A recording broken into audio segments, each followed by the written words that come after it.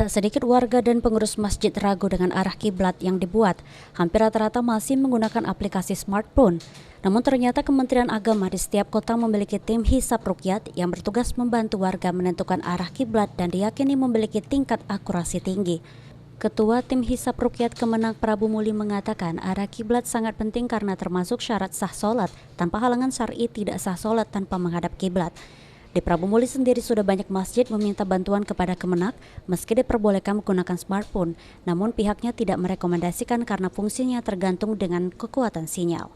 Idealnya itu diukur dulu kalibrasinya, sebab kalau dibangun dulu nanti sudah bangunan selesai atau finishing, tentu arah kiblat itu belum tentu sesuai dengan bangunan itu, maka tidak ada masalah sebenarnya. Tapi yang penting itu arahnya itu sudah diukur, nurut itu tempat sajadah itu.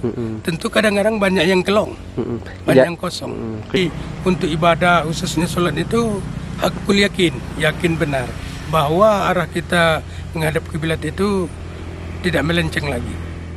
Sementara itu, salah seorang pengurus Masjid Al-Ghazali, Kelurahan Sindur, Kota Prabu Muli mengungkapkan sengaja memanggil Kemenak untuk memastikan arah kiblat benar dan tak ingin ada keraguan di antara para jemaah. Sosialisasi kepada masyarakat agar tidak salah di kemudian hari bahwa memang benar kiblat itu arahnya ke Mekah dan masyarakat tidak perlu ragu lagi. Itu alasannya kak? Itu alasannya. Dan kita harapkan kepada masyarakat yang ingin membangun masjid diharapkan mengundang Kemenak agar di kemudian hari tidak ada kesalahan arah kiblat. Beni Firdaus, PAL TV.